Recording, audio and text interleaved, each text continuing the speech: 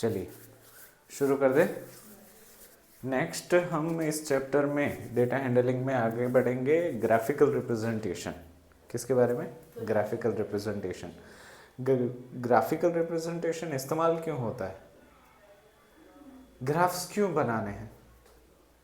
क्या ज़रूरत है? ग्राफ से क्या फ़ायदा होता है? ग्राफ से लिखे हुए जो डाटा है वो हमें ठीक से दिखता है। Very nice. हाँ, काइंड ऑफ जब भी तुम डेटा को थियरी फॉर्मेट में लिखते हो ना तो इट बिकम्स बोरिंग। जब भी डेटा को इस तरीके से लिख के किसी को देते हो ना तो ये काफ़ी बोरिंग लगता है और समझने में भी टाइम लगता है। तो अगर इसी डेटा को हम किसी ऐसे तरीके से दिखाएं जो देखने में भी इंटरेस्टिंग हो और समझने में आसान हो तो उस चीज़ को हम कहते हैं ग्राफिकल रिप्रेजेंटेशन। ग्राफिकल रिप्रेजेंटेशन कई किस्म से किया जाता है। सबसे पहला ग्राफिकल रिप्रेजेंटेशन आपने देखा था छोटे स्टैंडर्ड में, पिक्टोग्राफ, पिक्चर बनाते थे। उसके बाद आप सीख रहे हो अभी बार ग्राफ। बार को बार ग्राफ ही क्यों कहते हैं?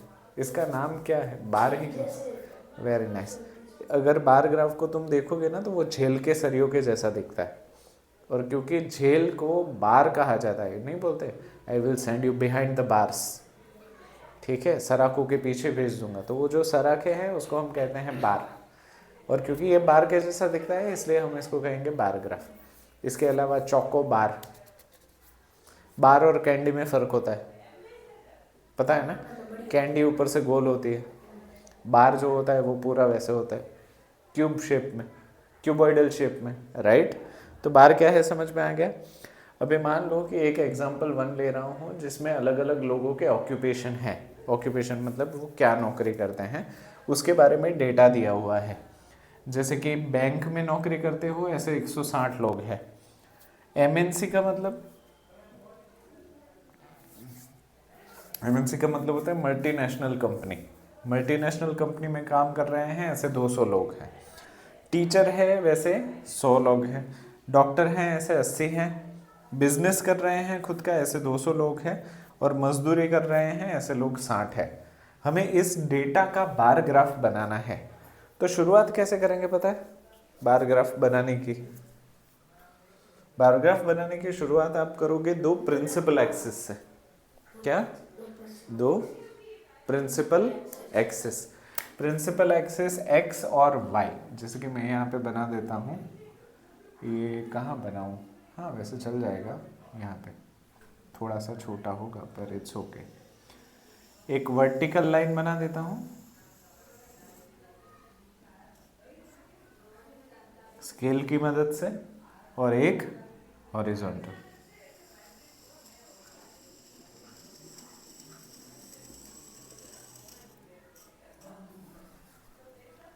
ये हो गई हमारी प्रिंसिपल एक्सिस तैयार, ठीक है। ये हमेशा एक दूसरे से परपेंडिकुलर ही होनी चाहिए। कैसी होनी चाहिए? 90 डिग्री ही होनी चाहिए। अच्छा, ये जो सोई हुई लाइन दिख रही है आप लोगों को उसको हम कहेंगे एक्स एक्सिस और जो वर्टिकल लाइन है उसको हम कहेंगे वाई एक्सिस। इसको अगर इंडिकेट करना है ना तो हम यहाँ पे कैपिटल एक्स लिखेंगे और यहाँ पे कैपिटल एक्स डैश। जहाँ पे कैपिटल एक्स पॉजिटिव नंबर्स को दिखाता है, एक्स डैश नेगेटिव नंबर को दिखाता है, नंबर लाइन। उसी तरीके से ऊपर जो है y positive numbers, y dash negative number. अगर और ध्यान से देखो तो x एक्सिस और y एक्सिस एक दूसरे को यहाँ पे कट कर रही है। इस पॉइंट को हम कहेंगे ओरिजिन। क्या कहोगे? ओरिजिन। ओ, ओरिजिन का हिंदी मतलब होता है उद्गम। अगर आपको कोई बोले कि ये लाइन की शुरुआत कहाँ से हुई थी तो यहाँ से हुई थी। यहाँ से एक राइट गया, एक लेफ्ट गया, एक ऊपर गया, एक नीचे गया, एक आगे गया, एक पीछे गया। क्लियर? प्रिंसिपल एक्सिस समझ में आ गई? अभी प्रिंसिपल एक्सिस के ऊपर हमें इस डेटा को डालना है। तो यहाँ पे डेटा में एक तरफ ऑक्यूपेशन है और दूसरी तरफ उस ऑक्यूपेशन को करने वाले लोग हैं। यहाँ पे हमारे पास कितने एक्सिस है? 2। और डेटा कितने किस्म के हैं? 2। तो इसमें से हम किसी एक को एक्स एक्सिस पे डाल देंगे, किसी एक को वाई एक्सिस पे डाल देंगे। तो मैं ऐसे कर रहा हूँ कि जो पहला कॉलम है उसको एक्स एक्सिस पे डाल दूंगा, जो दूसरा कॉलम है उसको वाई एक्सिस पे डाल दूंगा इसको इधर डाल दे तो उल्टा बार ग्राफ तो भी चलेगा, तो आड़ा बार ग्राफ बनेगा, हॉरिजॉन्टल बनेगा, और वो भी सही है, वो भी गलत नहीं है।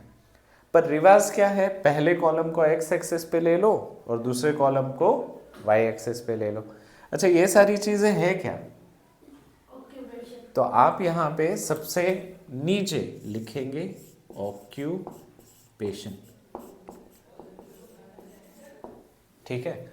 अच्छा, यहाँ पे फिलहाल तो आपके पास ग्राफ नहीं है, पर अगर आपके पास ग्राफ होना तो उसमें एक एक सेंटीमीटर के बॉक्सेस होते हैं। क्योंकि अभी हमारे पास नहीं है तो हम यहाँ पे रैंडमली 1 सेंटीमीटर के डिस्टेंस बनाते जाएंगे।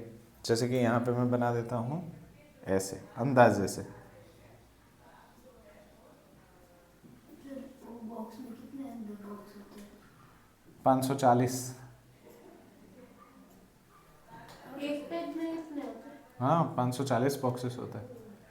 और सर एक बॉक्स में एक बॉक्स में छोटे छोटे वो तो 100 होते हैं। एक बॉक्स में छोटे छोटे 100 बॉक्सेस होते हैं। 5400। हाँ, इसलिए तो बार ग्राफ लाए होते तो उसको डिस्कस करते, पर कोई बात नहीं, अगली बार लाना, हम उसको डिस्कस करेंगे। चलो, यहाँ पे मैंने अंदाजे से 1-1 सेंटीमीटर के बक्से बना दिए। सेम चीज मैं यहाँ पे भी करता हूँ।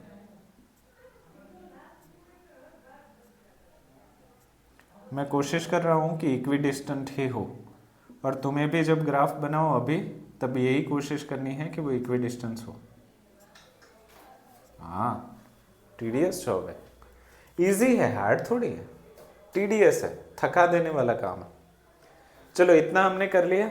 अभी एक्स एक्सिस पे हमने क्या लिया है, ऑक्यूपेशन। अभी एक पहला खंभा आपको छोड़ देना है, मतलब पहला बॉक्स आपको छोड़ देना है, दूसरे बॉक्स से शुरुआत करनी है। अभी यहाँ पे क्या नाम है, बैंक। तो आपको यहाँ पे बैंक लिखना है, पर आप बोलोगे सर यहाँ पे मैं बैंक लिखूंगा तो आधा इधर निकल जाएगा, आधा इधर निकल जाएगा, तो हम इसको लिखेंगे वर्टिकली। क्या लिखेंगे? हाँ, तो यहाँ पे मैं लिख देता हूँ BANK, बैंक।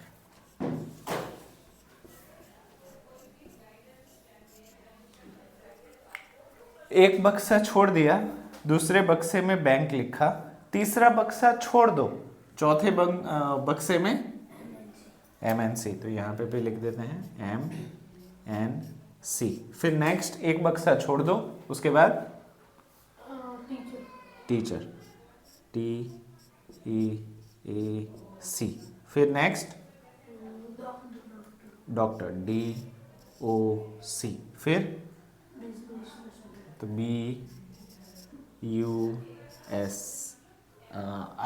चलो, और एक लिख लेते हैं। फिर नेक्स्ट LAB। फिर खत्म ना। तो ये हमने सारे प्रोफेशंस यहाँ पे इंडिकेट कर दिए। ओके, अभी वाई एक्सिस पे, इस एक्सिस पे हमें ये वाले नंबर लिखने हैं। तो आप सोचोगे हाँ सर सही है ना, यहाँ से शुरू करते हैं, 1 2 3 4 5 6। हाँ, अगर 1 2 3 4 ले तो हमें यहाँ पे सबसे बड़ा नंबर देखो 200 है, तो 200 बक्से चाहिए, जबकि ग्राफ में 200 बक्से नहीं होते, तो हमें इसको श्रिंक डाउन करना पड़ेगा। 50 से शुरू करेंगे। हाँ, तो ये जो श्रिंक डाउन कर रहे हैं उसको हम क्या कहेंगे? उसको दो तरीके से बोल सकते हैं, एक है स्केल डाउन। क्या कहते हैं? स्केल डाउन, या रिड्यूस्ड स्केल। क्या कर रहे हैं? स्केल को हम रिड्यूस्ड कर रहे हैं, मतलब यहाँ पे दोनों एक्सिस एक समान नहीं है। जहाँ पे दोनों एक्सिस एक समान ना हो वहाँ पे आपको स्केल कंसीडर करना पड़ेगा। क्या कंसीडर करना पड़ेगा? स्केल। तो अपना जो भी ग्राफ होगा उसमें राइट साइड ऊपर हेडिंग डालेंगे स्केल। क्या डालेंगे? स्केल। उसमें आप दोनों एक्सिस के नाम दे देंगे, एक्स एक्सिस और वाई एक्सिस। तुम मुझे बताओ कि एक्स एक्सिस में आपने कोई भी बदलाव किया? नहीं ना। तो जब आप बदलाव ना करें, देयर इज नो चेंज, आप लिखोगे सेम स्केल। क्या लिखोगे? Same scale. या फिर इसको 1:1 भी लिख सकते हो। क्या लिख सकते हो?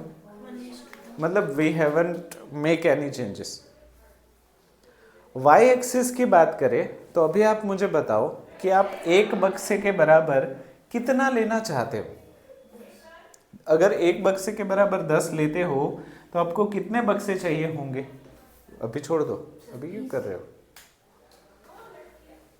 कुछ डाउट है तो फिर, तो अभी क्यों खोल के रखा है।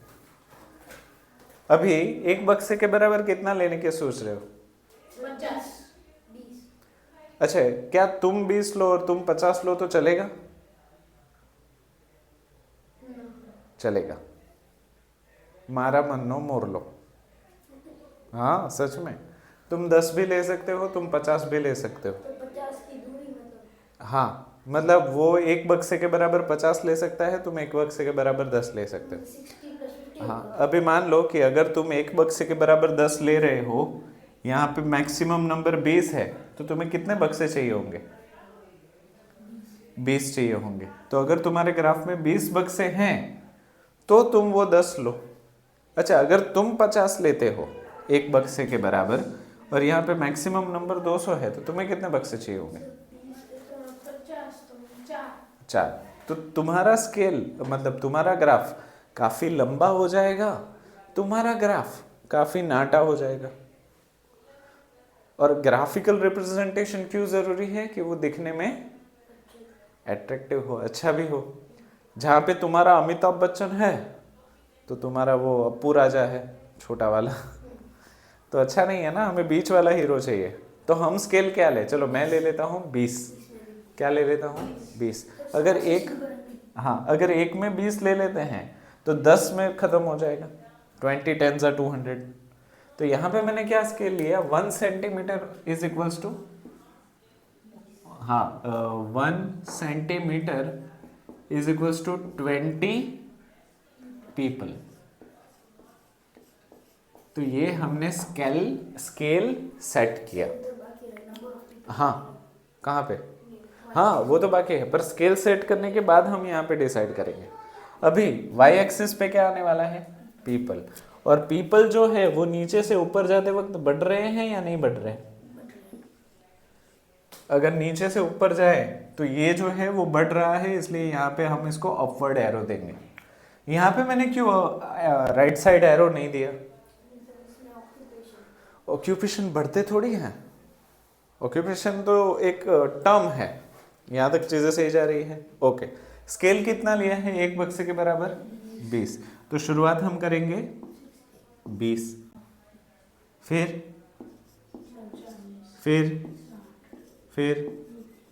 और उसी तरीके से 100 120 140 160 180 200।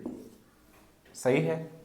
देखो 1 2 3 4 5 6 7 8 9 10 10 बक्सों में खत्म। इतना कर लिया, ठीक है। अभी हमें बार्स बनाने हैं। अभी बार्स बनाने हो तो रेफरेंस लाइन चाहिए होगी, क्योंकि हमारे पास अभी ग्राफ पेज नहीं है। क्या, रेफरेंस लाइन। तो रेफरेंस लाइन मैं रेड लाइन से बनाऊंगा। जैसे कि बैंक में कितने लोग काम कर रहे हैं, 160। तो 160 की रेफरेंस लाइन चाहिए होगी मुझे, ठीक है। और 160 बैंक के एम्प्लॉयज है, तो ये बैंक वाली जो फर्स्ट लाइन है उसको स्केल से तुम ऐसे ऊपर खींचोगे और दूसरी लाइन से दूसरी, राइट। बाद में इसको ऊपर से ज्वाइन करके कितने लोग थे, 160, तो इसको यहाँ पे इंडिकेट कर दोगे। ये क्रिएट हुआ तुम्हारा पहला बार, किसका, बैंक का। इसको देख के ही पता चल जाता है कि बैंक में कितने लोग काम कर रहे हैं, ठीक है। अभी दूसरा, हाँ अब क्या करो, एमएनसी में 200 लोग काम कर रहे हैं, हाँ 200 की रेफरेंस लाइन ले लो। अच्छा, रेफरेंस लाइन क्यों लेनी पड़ती है, नहीं अभी तुम्हारे पास बार नहीं है, मतलब ग्राफ नहीं है। अगर ग्राफ हो तो रेफरेंस लाइन लेने की जरूरत नहीं है। चलो एमएनसी में एक यहाँ पे खंबा खींच लेते हैं और एक यहाँ पे।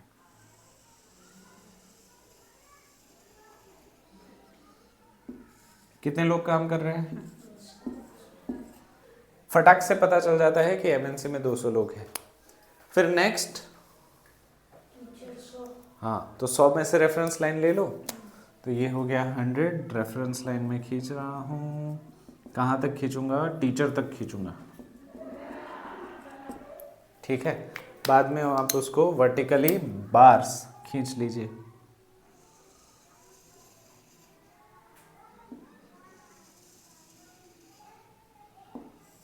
कितने लोग हैं? 100,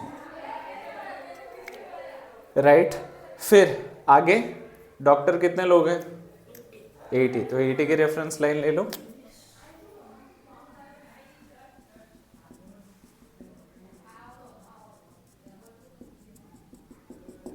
ओके, तो डॉक्टर के फर्स्ट लाइन, डॉक्टर जहां से शुरू होता है जहां से खत्म होता है वहां तक लाइंस खींच लो।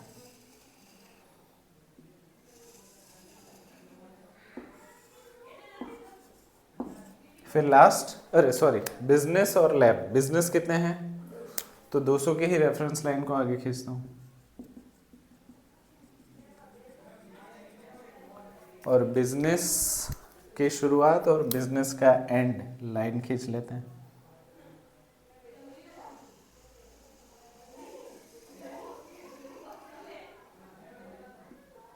थोड़ा टेढ़ा गया क्या? है ना? कितने हैं? 200। फिर लेबर कितने हैं? 60, तो 60 की रेफरेंस लाइन।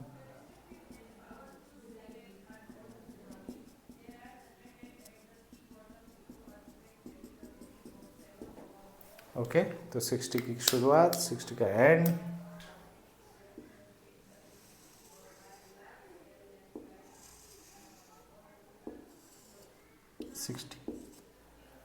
क्लियर? बाहर सिखा देंगे। क्या? बाहर से सिखा देंगे। वो मैं समझाता हूँ, रुको। अभी जो बेसिक है उसको कर लेता हूँ, उसके बाद उसकी बात करता हूँ। अभी ये सब कुछ कर लिया, अभी भी एक चीज बाकी है, बता सकते हो क्या? इतना कर लिया, अभी भी एक चीज बाकी है, और वो है इसका टाइटल। क्या है इसका टाइटल? टाइटल क्या है इसका? Occupation of people. तो आपको कहीं पे भी ग्राफ में हो सके तो हेडिंग में ही डाल देना है occupation of people. Occupation of people, और इसको हो सके उतना एट्रैक्टिव तरीके से डालना है। कैसे डालना है? एट्रैक्टिव तरीके से। और ये पूरी चीज आपको ग्रीन शेड में ही लिखनी है ग्राफ में। वो ग्रीन कलर के बाहर कुछ भी नहीं जाना चाहिए। वो ग्रीन कलर का आपका कैनवास है, ऐसा समझो। जो भी चित्रकारी करनी है वो अंदर ही करनी है, ठीक है। अभी इतना करने के बाद इसको और एट्रैक्टिव बनाने के लिए बहुत सारे बच्चे कई सारे तरीके अपनाते हैं, पर वो सारे मैंडेटरी नहीं है। कैसे है? मैंडेटरी नहीं है, वो कंपलसरी नहीं है। आपके पास वक्त हो तो कर सकते हो, वक्त ना हो तो नहीं कर सकते, चलेगा। उसका मार्क कंसिडरेशन नहीं है। मार्क कंसिडरेशन इतनी चीज़ों का है, ओके। कुछ बच्चे क्या करते हैं, ये पहला बार है ना तो उसको ऐसे डिज़ाइन कर देंगे,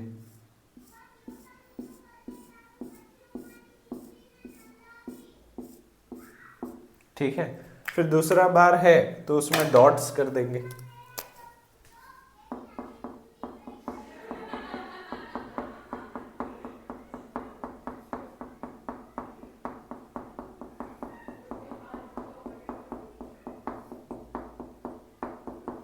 तीसरे में कोई और डिज़ाइन बना देंगे, या फिर क्रेयॉन्स इस्तेमाल करेंगे, या फिर शेडिंग्स इस्तेमाल करेंगे।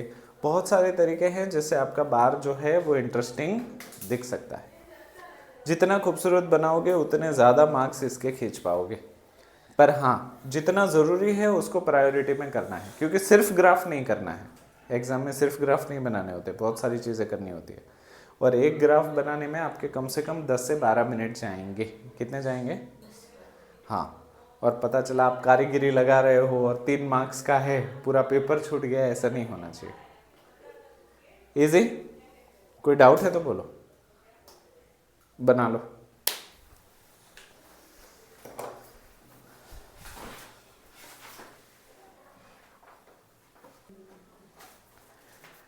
चलो नेक्स्ट हम सीख रहे हैं डबल बार ग्राफ। क्या सीख रहे हैं? अच्छा, तो बार ग्राफ हमने सीखा, तो डबल बार ग्राफ में और बार ग्राफ में क्या फर्क है? डबल बार कंपैरिजन। Very nice. जब भी कंपैरिजन हो, तुलना हो, तब हमें डबल बार ग्राफ ही इस्तेमाल करना है। अच्छा, तुलना किस किस चीज़ की हो सकती है? मार्क्स की कंपैरिजन हो सकती है, हाइट्स की कंपैरिजन हो सकती है, खर्चे की कंपैरिजन हो सकती है, ऊंचाई की कंपैरिजन हो सकती है, वज़न की कंपैरिजन हो सकती है, अलग अलग चीज़ों की कंपैरिजन हो सकती है। तो यहाँ पे हम दो लोगों के बीच में कंपैरिजन कर रहे हैं खर्चे का। क्या लिखा है? Expenditure of Salim and Naved. Salim और नावेद दो व्यक्ति हैं जिनके खर्चे के बारे में यहाँ पे डेटा दिया हुआ है। अच्छा देखो, खाने के ऊपर नावेद कितना खर्चा कर रहा है? महीने का है, हाँ। और सलीम, हाँ, उसी तरीके से भाड़े पे इतना, कपड़ों पे इतना, पढ़ने पे इतना, एंटरटेनमेंट पे इतना, उस तरीके से पूरा डेटा दिया है। आपको इसका डबल बार ग्राफ बनाना है क्योंकि ये कंपैरिजन है। तो शुरुआत बताओ मैं कैसे करूं? पहले तो हाँ, प्रिंसिपल एक्सिस बना दो, X X dash Y Y dash.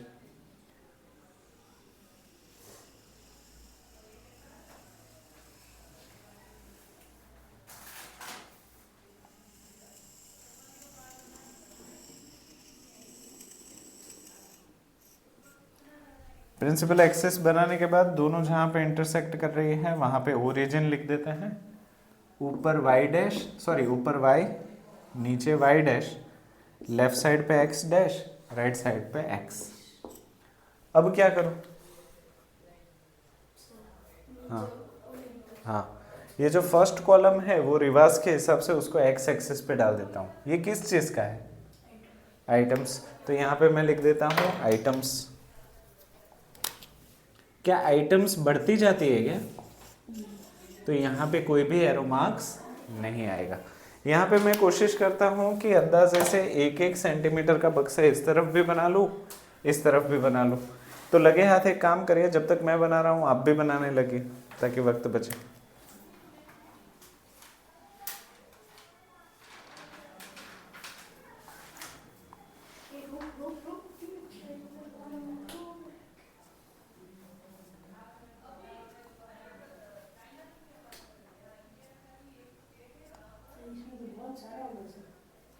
हाँ, 1 2 1 2 3 4 5 6 12 18 चाहिए होगी, तो आपको शायद आड़ा बनाना पड़ेगा। 1 2 3 4 5 6 7 8 9 10 11 12 13 14 15 16 17 18 और एक चाहिए।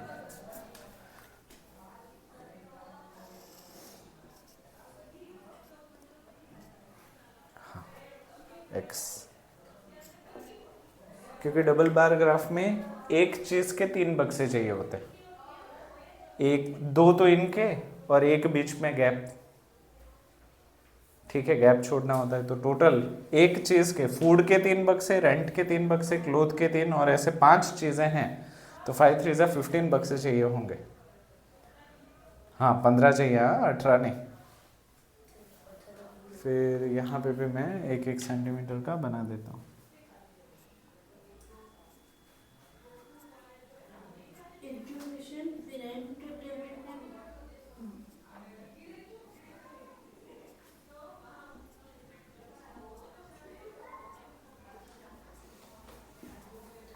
ओके, अभी आइटम्स जो भी हैं ध्यान से समझो, पहले समझ लो बाद में लिख लो। चलो, आइटम्स कौन कौन सी है? फूड, रेंट, क्लोथ, एजुकेशन और एंटरटेनमेंट। अभी ध्यान से समझो, ये कौन सा ग्राफ है? डबल बार ग्राफ है। तो यहाँ पे एक चीज, यहाँ पे एक नावेद का खंभा मतलब बार, और एक सलीम का बार, ठीक है, और पहला बार छोड़ देना है। तो एक नावेद एक सलीम, एक नावेद एक सलीम, इस तरीके से होगा। तो यहाँ पे 2 बक्सों के नीचे आप आइटम का नाम लिखेंगे। हाँ, फूड। तो यहाँ पे मैं 2 बक्सों के बीच में लिख रहा हूँ फूड, ठीक है। फिर एक बक्सा छोड़ दो, फिर रेंट, फिर एक बक्सा छोड़ दो, उसके बाद क्लोथ, फिर एक बक्सा छोड़ दो, बाद में लिखो एजुकेशन, फिर एक बक्सा छोड़ दो, उसके बाद लिखो एंटरटेनमेंट, ENT।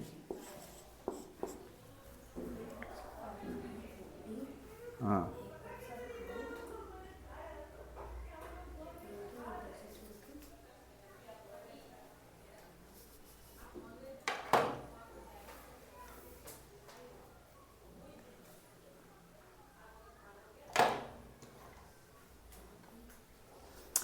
अभी 2 मिनट रुक जाओ।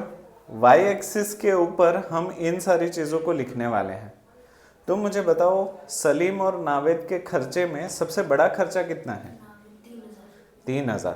तो इस वाई एक्सिस में हमें 3000 को फिट करना है, ठीक है। तो स्केल क्या लेंगे?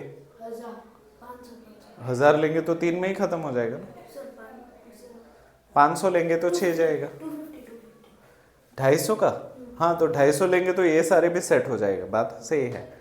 तो 250 लेंगे, 250 लेंगे, तो 3000 तक पहुंचने के लिए कितना है बक्से चाहिए?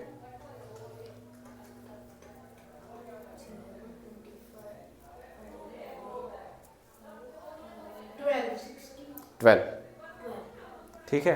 तो यहाँ पे मैं सबसे पहले ऊपर स्केल लिख दो, यहाँ पे लिख देते हैं स्केल। एक्स एक्सिस में कोई चेंज कर रहे हैं? तो एक्स एक्सिस में क्या लिखना चाहिए?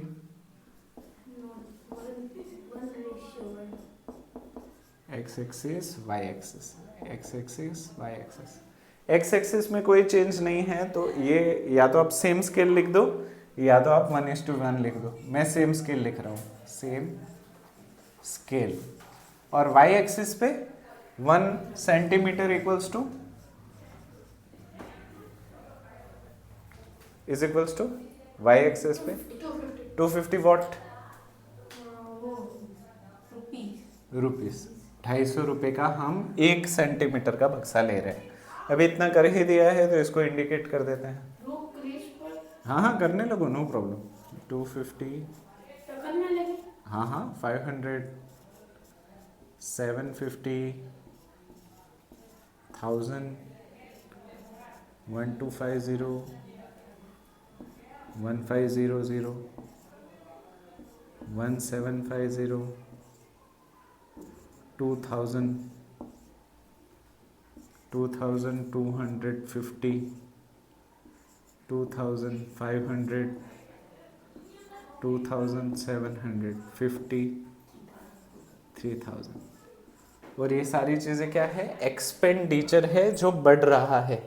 तो यहाँ पे मैं लिखूंगा एक्सपेंडिचर और अपवर्ड एरो, जिसका मतलब है ये बढ़ रहा है। सही है? चलिए, अभी मुझे 1 या 2 करवाइए, उसके बाद आप भी करने लगिए, मैं 2 तक छोड़ दूंगा। हाँ, बताओ क्या करना चाहिए सबसे पहले? नावेद का, हाँ 3000। हाँ, तो 3000 का रेफरेंस लाइन ले लो। कहाँ? एक बार देख लो, उसके बाद करो। अभी मैं क्या करूँ?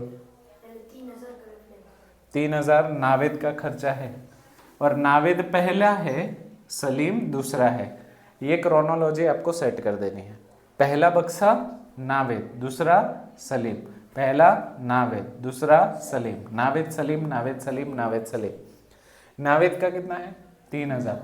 तो 3000 की रेफरेंस लाइन ले लो। ओके, अभी नावेद की लाइन लगे हाथों बना ही दो। नावेद का एक बक्सा छोड़ देना है शुरुआत का, पहली लाइन तो ये रही।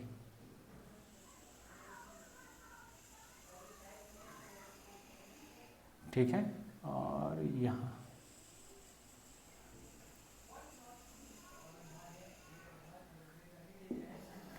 नावेद ने 3000 खर्चा किया। एक काम करते हैं, यहां पे 3000 नहीं लिखते, यहां पे लिख देते हैं n। N stands for Naved Naved. अभी सलीम कितना? 2500। हाँ, तो 2500 कहाँ है? 2500 ये रहा, तो यहाँ पे रेफरेंस लाइन। ओके, और यहाँ पे अभी एक बक्सा नहीं छोड़ना है क्योंकि ये कंपैरिजन है, तो कंपैरिजन के बीच में गैप होना चाहिए, हर खंबे के बीच में गैप नहीं होना चाहिए। हर खंबे के बीच में गैप कब होगा? बार ग्राफ में, जहाँ पे कंपैरिजन नहीं है। तो यहाँ पे यहाँ से एक लाइन निकल लेते हैं,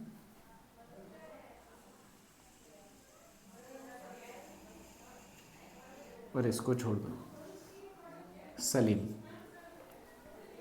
सही है? हाँ, अभी ये समझ गए हो? हाँ, तो करने लगो। नावेद सलीम कर दो। मैं भी आपके साथ करता जाता हूँ। रेंट 2500 नावेद।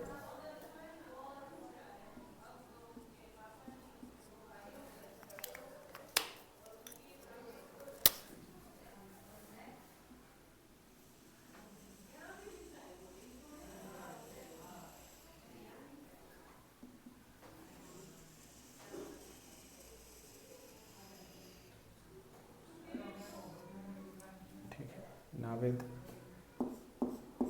और बाद में सलीम 1000 रुपये।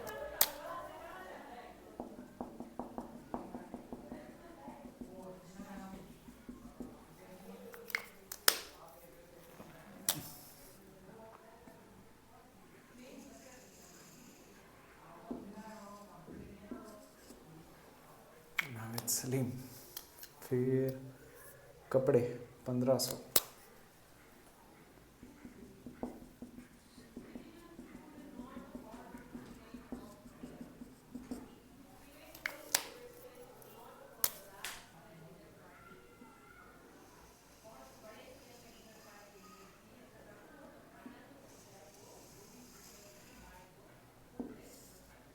नावेद 1500,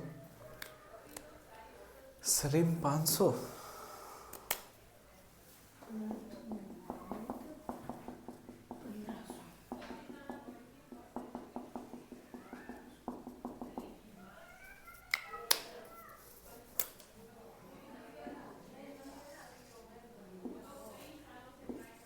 सलीम, फिर एजुकेशन नावेद 2000।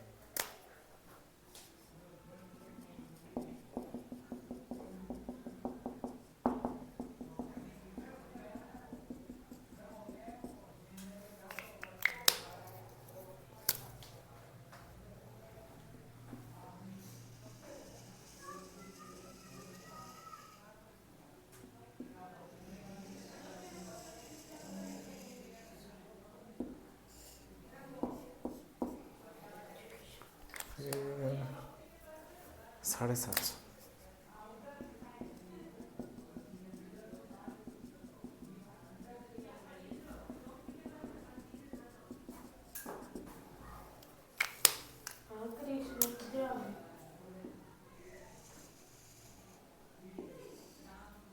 सलीम, फिर एंटरटेनमेंट 1000।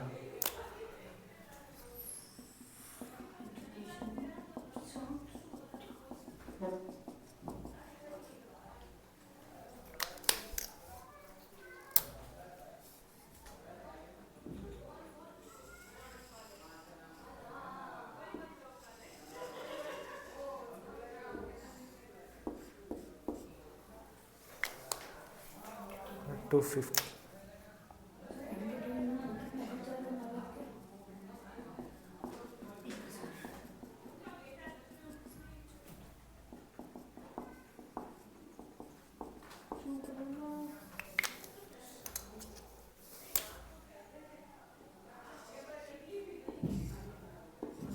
सलीम,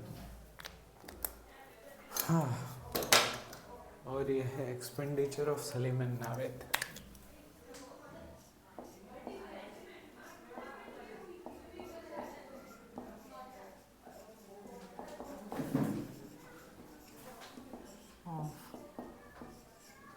सलीम एंड नावेद